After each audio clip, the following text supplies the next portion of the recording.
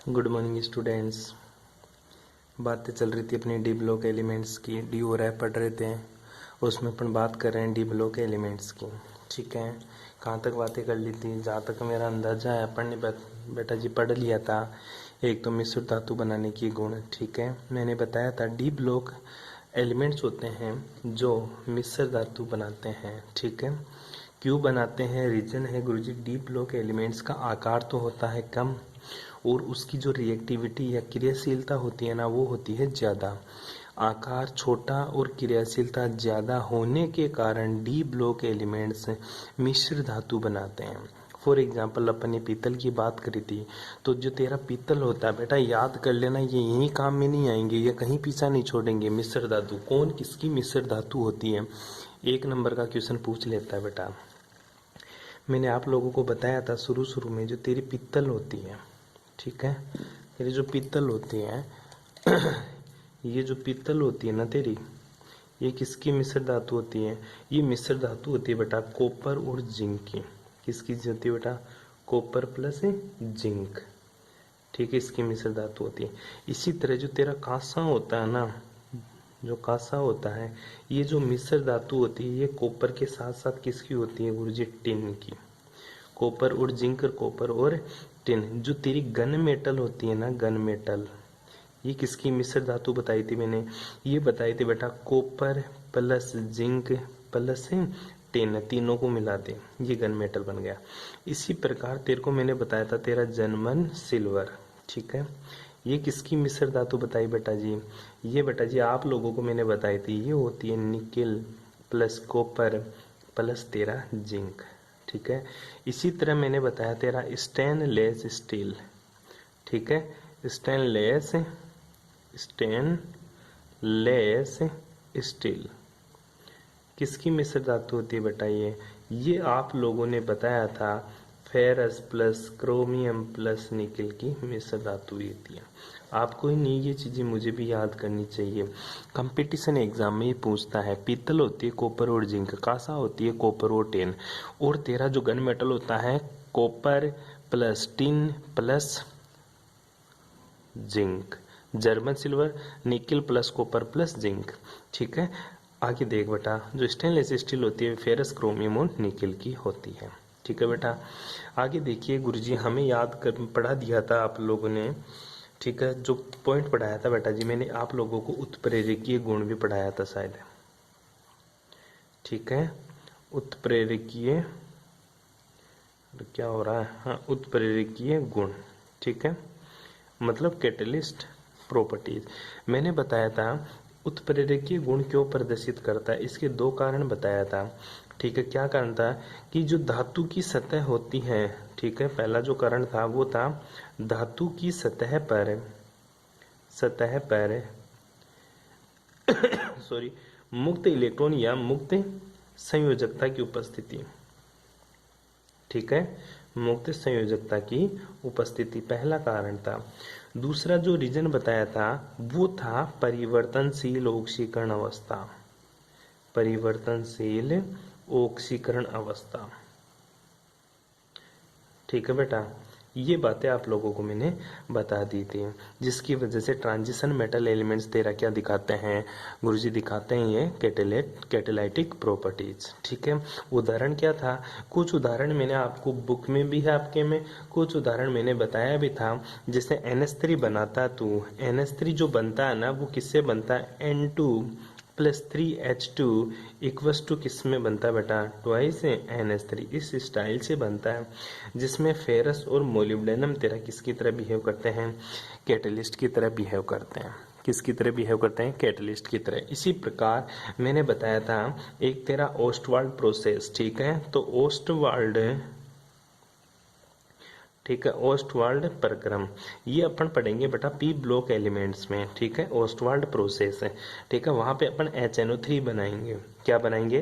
HNO3। तो Ostwald process में आप जो प्लेटिनम यूज करते हो ना, मेटल, ठीक है, प्लेटिनम सॉलिड जो यूज करते हो, ये किसकी तरह भांति व्यवहार करता है? ये एक कैटेलिस्ट की तरह बिहेव करता है। और क्या बनाता है गुरुजी? ये जो बनाता है ना कैटेलिस्ट, ये बनाता मेरा HNO3। HNO3 को बोलते हैं बेटा नाइट्रिक एसिड। क्या बोलते हैं, नाइट्रिक एसिड। तो नाइट्रिक एसिड के फॉर्मेशन में प्लेटिनम एक कैटलिस्ट की तरह बाती व्यवहार करता है ओस्टवाल्ड प्रोसेस में। हाँ, ये अपन पढ़ेंगे कहाँ, ये पढ़ेंगे पी ब्लॉक एलिमेंट्स में। रिएक्शन बहुत इंटरेस्टिंग होती है बेटा इसकी।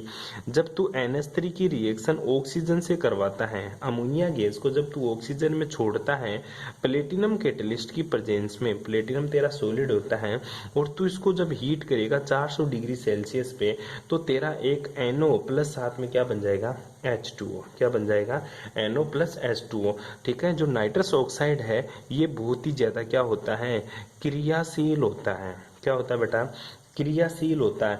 ये जैसे ही बना उसी टाइम पे एनवायरनमेंट की ऑक्सीजन को क्या कर लेता है, अपने साथ जोड़ लेता है और किस में चला जाता है, NO2 में कन्वर्ट हो जाता है। किस में कन्वर्ट हो जाता है, NO2 में। देख ले बेटा ये 50 डिग्री सेल्सियस के ऊपर भी NO2 में जा सकता है, इतना ज्यादा रिएक्टिव होता है। ठीक है, उसके बाद में जब 2NO2 के अंदर मैं क्या डाल दूं, पानी डाल दूं। क्या डाल दूं बेटा, पानी। जब इसको पानी के साथ हीट करूंगा थोड़ा सा आग, तो क्या बन जाएगा गुरुजी, मेरा 2HNO3 बन जाएगा और साथ में ऑक्सीजन गैस बाहर निकल जाएगी। इस तरह से ये मेरा ओस्टवाल्ड प्रोसेस कंप्लीट होता है। यहाँ पे जो प्लेटिनम है ये किसकी तरह बिहेव कर रहा है, ये गुरुजी कैटलिस्ट की तरह बिहेव कर रहा है। किसकी तरह बेटा, कैटलिस्ट की तरह। पहली बात तो कैटलिस्ट क्या होते हैं, कैटलिस्ट की सोच ले एक बार। Catalyst d block elements catalyst catalytic property show करते हैं। क्यों, वेरिएबल ऑक्सीडेशन स्टेट। मोटा सा आंसर और छोटा सा टुचका सा आंसर और लगाना चाहिए तो बोल देना, in presence of free electron on metal surface. Metal surface के ऊपर मुक्त इलेक्ट्रॉन या वैलेंसी, ये टुचका क्वेश्चन लगा दे। अब बात आती है गुरुजी उत्प्रेरक क्या होता है, यही समझ में नहीं आ रहा मेरे। तू तो बता दिया, उत्प्रेरक वे होते हैं जो अभिक्रिया के वेग को बढ़ा भी सकते हैं और घटा भी सकते हैं। कैसे, देखिएगा एक छोटा सा एग्जांपल बता देता हूं मैं। ठीक है, ये देखिएगा, इधर तेरा एक ग्राफ बनाता हूं। इधर मैंने एक्टिवेशन एनर्जी ले ली, ठीक है, सक्रियण ऊर्जा। ठीक है बेटा जी, जब मैं विदाउट कैटलिस्ट, ये मेरे रिएक्टेंट है, ये रिएक्टेंट ऐसे जाकर किस में बनते हैं, मेरे प्रोडक्ट में। ये तो रिएक्टेंट होते हैं, ये प्रोडक्ट में। इधर तेरे रिएक्शन कोऑर्डिनेट चलते हैं। क्या चलते हैं, रिएक्शन कोऑर्डिनेट। ये था तेरा ग्राफ विदाउट कैटलिस्ट। ठीक है, विदाउट कैटलिस्ट था तो जो इसकी एक्टिवेशन एनर्जी थी ना वो यहां तक थी। इतनी बड़ी एक्टिवेशन एनर्जी की रिक्वायरमेंट पड़ी और रिएक्शन को टाइम भी लग गया, क्योंकि ऐसे गया ऐसे गया ऐसे गया, फिर नीचे आया और यहां जाकर प्रोडक्ट बना। इतनी एनर्जी भी खा गया और ये प्रोडक्ट बनाने में भी टाइम ले लिया। फिर मैंने क्या यूज किया, कैटलिस्ट यूज किया। क्या यूज किया, कैटलिस्ट। तो कैटलिस्ट आया, कैटलिस्ट डालते ये रिएक्शन में इसी तरह फास्ट हो गई, मतलब यहीं से घूम गया, ये ऊपर गया ही नहीं। ये किसकी प्रेजेंस में, with catalyst. With catalyst, catalyst की उपस्थिति में इस तरह से हुआ। तो कैटलिस्ट क्या हुआ, दूसरा, ये गुरुजी जो कैटलिस्ट होते हैं ना, ये रेट ऑफ रिएक्शन को बढ़ा देते हैं और एक्टिवेशन एनर्जी को कम कर देते हैं। अब एक्टिवेशन एनर्जी इतनी ही चाहिए इसको, पहले तो इतनी चाहिए थी, अब इतनी ही चाहिए। इतनी एनर्जी में भी तेरा काम हो जाएगा। और क्या किया, इसको एक अल्टरनेट पाथ प्रोवाइड करवा दिया। कैटलिस्ट क्या करते हैं, अभिक्रिया को एक अल्टरनेट पाथ प्रोवाइड करा देते हैं। आई बात समझ में, ये तेरा कैटलिस्ट होता है। अब बात आती है गुरुजी जो डी ब्लॉक है ना, ये कैटालिटिक प्रॉपर्टी शो करते हैं वेरिएबल ऑक्सीडेशन स्टेट में। बात पचने वाली नहीं है। कैसे, जैसे निकिल की बात करूं बेटा, तेरा निकिल +2 ऑक्सीडेशन स्टेट भी शो करता है और तेरा निकिल +3 ऑक्सीडेशन स्टेट भी शो करता है। आई बात समझ में। अब ये निकिल क्या काम करेगा, अगर इसको इलेक्ट्रॉन की जरूरत है, मान ले कैटलिस्ट को इलेक्ट्रॉन की जरूरत है, तो ये +2 में रहता है, तो ये इलेक्ट्रॉन दे देगा उसको और खुद किस में चला जाएगा, +3 में चला जाएगा। और अभिक्रिया जैसे ही कंप्लीट हुई, वापस अपना इलेक्ट्रॉन लेके Ni2+ में कन्वर्ट हो जाएगा। ठीक है, मतलब ये अपनी ऑक्सीडेशन स्टेट में वेरिएशन करता रहता है। इलेक्ट्रॉन दे देगा, वापस ले लेगा, दे देगा, वापस ले लेगा। इसी कारण ये कैटलिस्ट होते हैं। ठीक है, नेक्स्ट देखिएगा, और मोटी बातें करेंगे बहुत अच्छे से। कांटेक्ट प्रोसेस में एक तेरा कांटेक्ट प्रोसेस होता है, संपर्क विधि। ठीक है, याद कर लेना यहीं पे, अगर मैं लिख ही रहा हूं, बता ही रहा हूं, तो याद ही कर लेना फिर इन दोनों रिएक्शन को। 2 नंबर कंप्लीट हो, 2 नंबर पक्के हो जाएंगे तेरे पी ब्लॉक एलिमेंट्स में। कांटेक्ट मेथड, पहला तो हेबर प्रोसेस याद ही कर लेगा। ठीक है, ये कौन सा है, हेबर विधि। ये तो कक्षा 10 से पढ़ता आ रहा तू। ठीक है, ये ओस्टवाल्ड प्रोसेस तेरे काम का है। क्या है, तेरे काम का है। दूसरी जो विधि है तेरी संपर्क विधि, ठीक है, इनको यहीं याद कर लेना, यही बोल रहा था मैं तेरे को। जो संपर्क विधि है बेटा जी, इसमें क्या होता है वो देख एक बार। जो कांटेक्ट मेथड होता है ना, ये है अपने किसकी बनाने की विधि, ये है अपने सल्फ्यूरिक एसिड बनाने की विधि, ठीक है। जो तेरा सल्फ्यूरिक एसिड आता है लेब के अंदर H2SO4, ये कैसे बनाया जाता है, ठीक है, ये संपर्क विधि। इसमें जो कैटलिस्ट यूज करेगा तो H2SO4 बनाने के लिए, वो तू वेनेडियम पेंटाऑक्साइड यूज करेगा। क्या यूज करेगा, वेनेडियम पेंटाऑक्साइड। कैसे होती है रिएक्शन, याद कर ले यहीं पे। सबसे पहले सल्फर का क्या किया जाता है, जो सल्फर होता है ना सॉलिड है, ठीक है, उसके ऊपर ऑक्सीजन गैस प्रवाहित की जाती है। कौन सी गैस, ऑक्सीजन गैस, ठीक है। फिर बनता है तेरा क्या, SO2। क्या बनता है बेटा तेरा, SO2 गैस बनती है।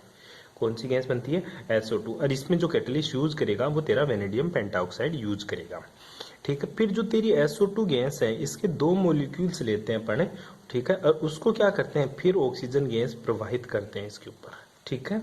तो जो तेरी गैस बनती है वो बनती है बेटा जी तेरा 2SO3 गैस बनती है। कौन सी, SO3 गैस बनती है। उसके बाद में जो तेरा SO3 गैस होती है, इसमें अपन H2SO4 डालते हैं, पहले से बनाया हुआ तेरा H2SO4 डालते हैं, ठीक है। अच्छा गुरुजी H2SO4 तो बनाना ही है ना, तू H2SO4 ही क्यों मिला रहा है इसमें। देख बेटा H2SO4 इसमें मिलाते हैं, आगे देखते हैं होता क्या है। तो तेरा बनता क्या है, H2S2O7 तेरा लिक्विड बनता है, H2S2O7 लिक्विड बनता है। इसको ओलियम बोलते हैं, ठीक है। जो H2S2O7 होता है, H2S2O7, ठीक है, इसमें फिर क्या मिलाते हैं अपन, इसमें पानी मिलाते हैं फिर, ठीक है, पानी मिलाते हैं, तेरा क्या बनता है, 2H2SO4 बनता है। कितना, 2H2SO4। तूने तो एक H2SO4 मिलाया था, बन कितने गए, 2। इस तरह से तेरा संपर्क विधि के द्वारा तू H2SO4 का निर्माण कर सकता आसानी से। आई बात समझ में, कोई दिक्कत यहाँ तक, ठीक है। तो ध्यान दीजिएगा, जो कैटालाइटिक मेथड होता है, जो कैटालाइटिक प्रॉपर्टीज होती है डी ब्लॉक एलिमेंट्स, उनके द्वारा अपन ये चीजें बना सकते हैं, ठीक है। ऐसे ही तेरा एक तेलों का हाइड्रोजनीकरण, ठीक है, जो हाइड्रोजनेशन ऑफ ऑयल, ठीक है, तो तेलों का हाइड्रोजनीकरण, तेलों का हाइड्रोजनीकरण, ठीक है। तेलों का हाइड्रोजनीकरण कैसे करते हैं वो देख। तेलों का हाइड्रोजनीकरण अपने बुक की रिएक्शन है, एक बेटा ध्यान देना, वनस्पति घी होता है ना तेरा, ठीक है, उसका हाइड्रोजनीकरण जो कि क्या होता है तेरा, संतृप्त नहीं होता, क्या होता है फिर, असंतृप्त होता है। जो वनस्पति तेल होता है तेरा, RCH और इधर क्या बना देगा तेरा, CH3, ठीक है। इस तरह से कोई COOH भी हो सकता है यहाँ पे, RCH COOR, ठीक है। ये क्या होता है बेटा, तेरा वनस्पति तेल होता है, ठीक है, ये तेरा वनस्पति तेल है, ये ऑयल है, ठीक है। ये क्या होता है, अनसेचुरेटेड होता है, ठीक है। अनसेचुरेटेड का मतलब तेरा असंतृप्त होता है। इसकी रिएक्शन तो हाइड्रोजन गैस से करवा दे, किसकी प्रेजेंस में, प्लेटिनम या निकिल कैटलिस्ट के रूप में, तो तेरा ये सेचुरेटेड कंपाउंड बन जाएगा, RCH2CH2 COOR कंपाउंड्स बन जाएगा। इस तरह से तेरा तेलों के हाइड्रोजनीकरण में इस कैटलिस्ट का यूज किया जाता है बेटा, कर लेगा। इस तरह से बहुत सारी रिएक्शनें होती है जो तू आसानी से कर लेगा। जैसे तू पॉलीथीन बनाता है, ये तो तूने देखा ही होगा, अपन ने पढ़ लिया था पॉलीथीन, ठीक है। एथीन का बहुलक होता है, जैसे N है, CH2 डबल बॉन्ड CH2, किसका यूज करेगा, ठीक है, तू यूज करेगा TiCl4 का, ठीक है, TiCl4 का यूज करेगा, तो क्या बन जाएगा तेरा, पॉलीथीन बन जाएगा, CH2 इस तरह से तेरा पॉलीथीन बन जाता है, ठीक है। ये कैटलिस्ट में यूज करते हैं अपन, कर लेगा ये रिएक्शन है सारी की सारी, ठीक है बेटा। इस तरह से अपन को रिएक्शनों में कैटलिस्ट भी यूज करते हैं। आगे देखिए, अपन बात करेंगे इसके मेटेलिक प्रॉपर्टीज की। किसकी बात करेंगे, मेटेलिक प्रॉपर्टीज। लास्ट पॉइंट है मेटेलिक प्रॉपर्टीज,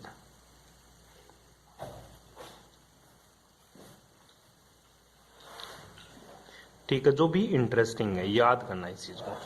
जो डी ब्लॉक एलिमेंट्स है वो तेरा मेटेलिक प्रॉपर्टीज, सॉरी ये बाद में देखेंगे, पहले चीज देखेंगे मैग्नेटिक प्रॉपर्टीज, देख तो मेटेलिक नहीं,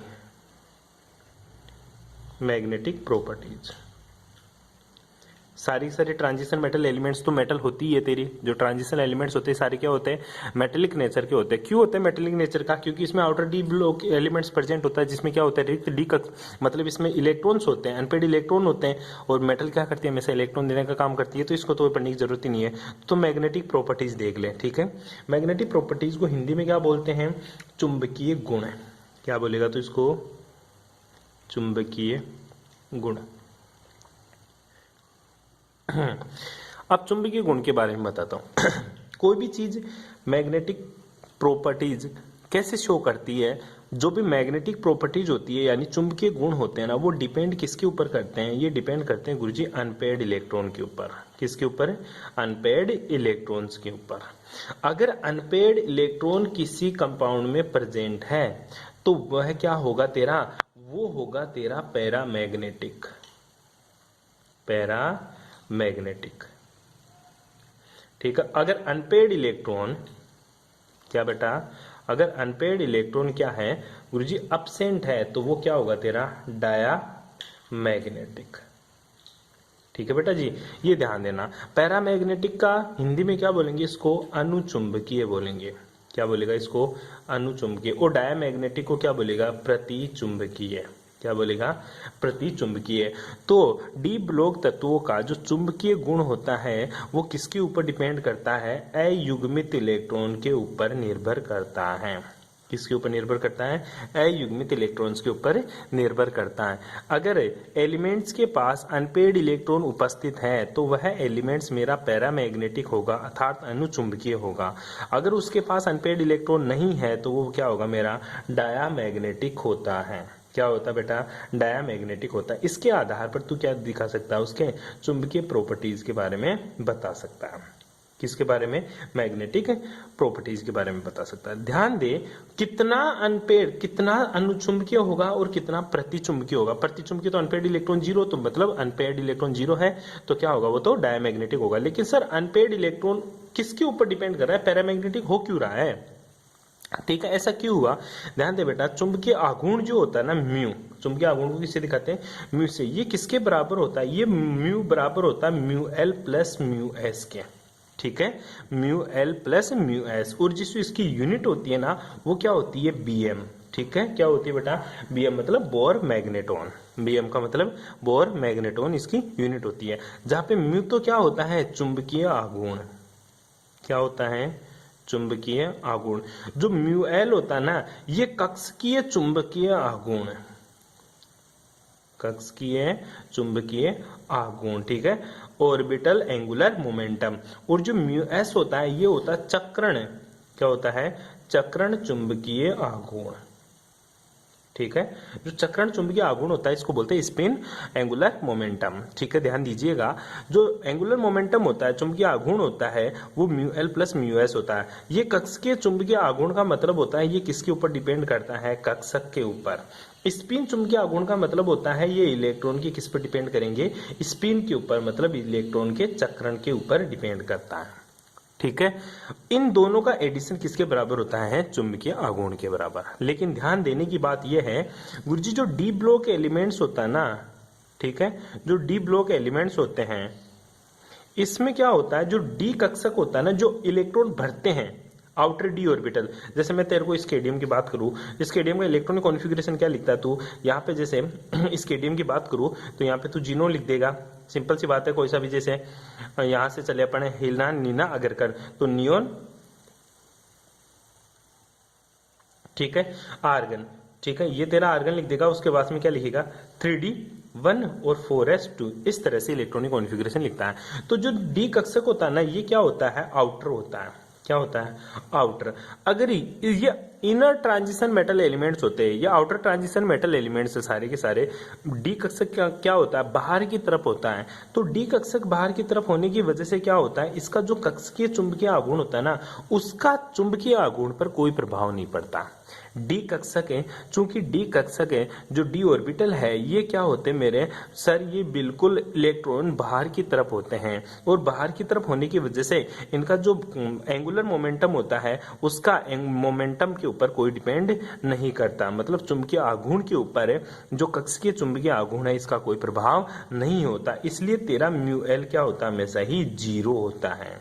क्या होता है बेटा, 0 होता है। फिर सर इसका प्रभाव कहाँ पड़ता है, ये बेटा एफ ब्लॉक एलिमेंट्स पर पड़ता है। कहाँ पे प्रभाव पड़ता है इसका, एफ ब्लॉक एलिमेंट्स के ऊपर इस चीज का बहुत ज्यादा इफेक्ट पड़ता है। कैसे, क्योंकि जो एफ ब्लॉक एलिमेंट्स होते हैं, जैसे मैं तेरे को एक बात बताऊं, स्केडियम की बात करूं, ठीक है, जैसे अपन बात करते हैं सिर पर रखकर, ठीक है, तो सीई की बात करूं, सीरियम की बात करूं, तो इसका जो इलेक्ट्रॉनिक कॉन्फ़िगरेशन लिखेगा, ठीक है, ये कितने पे आता है, ये तेरा 58 पे आता है, एफ ब्लॉक एलिमेंट्स है, तो इसकी बात करेगा तो ये तेरा जीनोन है, ठीक है, जीनोन तो कितने इलेक्ट्रॉन ले जाता है, 54 ले जाता है। उसके बाद में आ जाता तेरा 4f2, ठीक है, 4f2 और 6s, 4f2 5d0 और 6s2, इस तरह से इलेक्ट्रॉनिक कॉन्फ़िगरेशन होता है। तो ये इनर ट्रांजिशन मेटल एलिमेंट्स होते हैं। डी ब्लॉक होता है, इनको क्या बोलते हैं, बाह्य संक्रमण तत्व। एफ ब्लॉक होता है, उनको क्या बोलेंगे अपन, आंतरिक संक्रमण तत्व है। जो आंतरिक संक्रमण तत्व होते हैं ना, उनमें जो लास्ट वाला इलेक्ट्रॉन है ना, वो एफ कक्षक में आता है, और एफ कहाँ होता है, अंदर की तरफ होता है। कहाँ होता है, अंदर की तरफ है। तो यहाँ पे म्यू एल 0 नहीं होता, म्यू एल का मान 0 नहीं होता। म्यू एल का मान 0 कहाँ होता है, वो केवल डी ब्लॉक एलिमेंट्स के लिए म्यू एल का मान 0 होता है। क्यों, क्योंकि डी कक्षक बाहर की तरफ होता है, जबकि एफ ब्लॉक में एफ कक्षक अंदर की तरफ होता है। तो आखिरी जो इलेक्ट्रॉन आएगा वो एफ कक्षक में आएगा, और एफ कक्षक जो अंदर की तरफ है, अंदर की तरफ होने की वजह से इसका जो कक्षीय चुंबकीय आघूर्ण होता है वो 0 नहीं होता। ठीक है, तो डी ब्लॉक एलिमेंट्स के लिए हमेशा याद रखना, जो म्यू होता है चुंबकीय आघूर्ण, वो हमेशा म्यू एस के ही बराबर होता है। लेकिन एफ ब्लॉक एलिमेंट्स में जो म्यू होता है, ये mu L plus mu S दोनों के ऊपर निर्भर करता है। एक ही मोटा सा आंसर लिखिएगा, क्योंकि डी ब्लॉक में उपस्थित डी कक्षक बाहर की तरफ होते हैं, जबकि एफ ब्लॉक में एफ कक्षक कहाँ होते हैं, अंदर की तरफ होते हैं। बस ये मोटा सा आंसर लिखना होता तेरे को। ठीक है, तो म्यू किसको बताएगा, चुंबकीय आघूर्ण को। किसको बताएगा, चुंबकीय आघूर्ण को। ठीक है, आगे चलते हैं, देखिएगा चुंबकीय आघूर्ण, दोबारा चुंबकीय गुण की बात करता हूं। डी ब्लॉक तत्वों में, ठीक है, चुंबकीय आघूर्ण किसके ऊपर निर्भर करता है, अनपेड इलेक्ट्रॉन के ऊपर निर्भर करता है। अगर अनपेड इलेक्ट्रॉन उपस्थित है तो पैरामैग्नेटिक, और अनपेड इलेक्ट्रॉन उपस्थित नहीं है तो डायमैग्नेटिक होगा। फिर मैं कैलकुलेट करता हूं कितना पैरामैग्नेटिक होगा, डायमैग्नेटिक तो 0 पे निर्भर करता है। तो मैं देखना चाहता हूं चुंबकीय आघूर्ण कितना होगा। तो चुंबकीय आघूर्ण का फॉर्मूला होता है mu equals to mu L plus mu S. Mu L होता है कक्षीय चुंबकीय आघूर्ण और म्यू एल होता है चक्रण चुंबकीय आघूर्ण, और इसकी यूनिट क्या होती है, बोर मैग्नेटोन। बेटा जो बोर मैग्नेटोन होती है ना, ये सबसे छोटी यूनिट होती है। क्या होती है, सबसे छोटी यूनिट। क्यों, क्योंकि इलेक्ट्रॉन स्वयं क्या होता है, एक छोटा चुंबक की तरह कार्य करता है। इलेक्ट्रॉन क्या होता है, एक छोटा चुंबक की तरह कार्य करता है। तो चुंबकीय आघूर्ण को किसमें व्यक्त करते हैं, अपने बोर मैग्नेटोन में। क्वेश्चन पूछ लेता है कि जो चुंबकीय आघूर्ण है उसकी यूनिट बोर मैग्नेटोन क्यों होती है। क्यों, इसलिए होती है क्योंकि जो इलेक्ट्रॉन होता है वो बहुत छोटा होने के कारण या बहुत छोटे चुंबक की भांति व्यवहार करता है। ठीक है, स्मॉलेस्ट पार्टिकल होता है ये, इसलिए एक जो बोर मैग्नेटोन होगा वो किसके बराबर होगा, ध्यान दे लेना, EH अपॉन 4MP, हाँ 4MC के बराबर होता है। एक बोर मैग्नेटोन बराबर EH अपॉन 4πmc। E क्या होता है, इलेक्ट्रॉन का आवेश, H क्या होता है, प्लैंक कांस्टेंट, 4πm क्या होता है, मास ऑफ इलेक्ट्रॉन, और C क्या होती है, वेलोसिटी ऑफ लाइट होती है। तो एक बोर मैग्नेटोन का फॉर्मूला ये होता है। ठीक है, अब बात करते हैं चुंबकीय आघूर्ण कितना होगा, वो तो बता। ठीक है, तो मैंने बताया अपन डी ब्लॉक में वापस लौटते हैं, डी ब्लॉक के लिए वापस आते हैं। डी ब्लॉक में अपन ने क्या क्या बातें पढ़ ली थी वो देख दोबारा से एक बार के लिए। डी ब्लॉक में मैंने बताया तेरे को कि जो डी ब्लॉक का जो म्यू होता है ना, वो किसके बराबर होगा, only mu L plus mu S होता है, बोर मैग्नेटोन। म्यू एल क्या होता है, 0, किसके लिए, फॉर डी ब्लॉक एलिमेंट्स। ठीक है, तो म्यू किसके बराबर हो जाएगा, केवल म्यू एस के। और म्यू एस का फॉर्मूला होता है, बेटा याद कर लेना, √n कोष्टक n प्लस 2 के बराबर होता है। √n कोष्टक n प्लस 2, यूनिट क्या लगाएगा, बोर मैग्नेटोन। जहां पे n क्या होता है, n होते हैं मेरे अनपेड इलेक्ट्रॉन। क्या होते हैं, अनपेड इलेक्ट्रॉन। क्या होते हैं, अनपेड इलेक्ट्रॉन। मैं तेरे से पूछ लूं कि मेरे को बता, जो मेरा Fe2 प्लस है, ठीक है, ये ये पैरामैग्नेटिक होगा या फिर डायामैग्नेटिक होगा। ठीक है, दूसरा क्वेश्चन, पहला क्वेश्चन तो ये, दूसरा क्वेश्चन ये बता मेरे को अनपेड इलेक्ट्रॉन कितने हैं। ठीक है, तीसरा क्वेश्चन पूछ लूं, ठीक है, इसका म्यू कितना होगा, मतलब चुंबकीय आघूर्ण कितना होगा। ठीक है, तो तू सबसे पहले एफई के पास जाएगा और एफई को देखेगा, इसका जो इलेक्ट्रॉनिक कॉन्फ़िगरेशन होता है वो क्या होता है 3d6 4s2, क्योंकि एफई किसके बाद में आता है, एमएन के बाद में, मैग्नीज के बाद में आता है, मन फेंको। ठीक है, साइंस टीचर विनीता कृपलानी, मन फेंको। ठीक है, एफई आ गया। पूछ रहा है Fe2 करते हैं चलो। ठीक है, तो Fe3 ले ले एक बार के लिए, क्या Fe3 प्लस। ठीक है, तो अपन Fe3 प्लस करते हैं, इसको 3 प्लस करते हैं, मतलब 3 इलेक्ट्रॉन बाहर निकालने हैं। ये ले डी के इलेक्ट्रॉन देखे बार 1 2 3 4 5 होते टोटल डी में, एस में कितना एक ही होता है, 1 2 3 4 5 6 इलेक्ट्रॉन थे, भर दिए, और एस में कितने 2 इलेक्ट्रॉन भर दिए। अब 3 प्लस है, मतलब 3 इलेक्ट्रॉन उड़ाने हैं। 3 इलेक्ट्रॉन कहां से उड़ाएगा, 2 तो गुरुजी एस के, कौन से एस के 4s के, और 1 इलेक्ट्रॉन किसका उड़ाऊंगा, पी से डी से उड़ाऊंगा। ठीक है, तो कोई बच्चे ध्यान देना, जो इलेक्ट्रॉन उड़ाते हैं ना वो ध्यान से देखना कैसे उड़ाते हैं इलेक्ट्रॉन। यहां से वापस से अपन क्रॉस बनाते हैं। ठीक है, ये तेरा एस में से तो दोनों चले गए तो दोनों गायब। डी में से कोई इसको मत उड़ा देना, इसको जो सबसे पहले पेड होता है ना उसको कम करते हैं अपन, अनपेड इलेक्ट्रॉन को कम नहीं करते। तो कितने बच जाएंगे गुरुजी, केवल 5 इलेक्ट्रॉन बच जाएंगे, कितने 5। ठीक है, ये मेरा 3D है और ये मेरा 4s है, किसके लिए Fe3 प्लस के लिए। अब मेरे में इसमें क्या पूछा, अनपेड इलेक्ट्रॉन काउंट कर ले। ठीक है, अनपेड इलेक्ट्रॉन कितने आ गए गुरुजी 5। ठीक है, पैरामैग्नेटिक होगा या डायमैग्नेटिक, नेचर। ठीक है, तो नेचर हो जाएगा गुरुजी इसका पैरामैग्नेटिक, क्या हो जाएगा पैरामैग्नेटिक। म्यू की value mu equals to √n कोष्टक n प्लस 2, क्या यूनिट आएगी बोर मैग्नेटॉन। ठीक है, अनपेड इलेक्ट्रॉन कितने 5, तो वैल्यू पुट कर दे 5 कोष्टक 5 प्लस 2। ठीक है, तो कितने हो जाएंगे 5 और 2 7, 7 को 5 से गुणा करेंगे तो कितना आएगा 35। ठीक है, बोर मैग्नेटॉन, आंसर कितना आ जाएगा 5.9 बोर मैग्नेटॉन। ये म्यू का मान आ जाता है इस तरह से। ठीक है, इस तरह से तू सभी के लिए म्यू की वैल्यू फाइंड आउट कर करके देखना और मेरे को बताना है कि इसका म्यू का मान कितना आया, सभी मेरे को एक बार के लिए बताएंगे। ठीक है, आगे की बातें करेंगे नेक्स्ट क्लास में।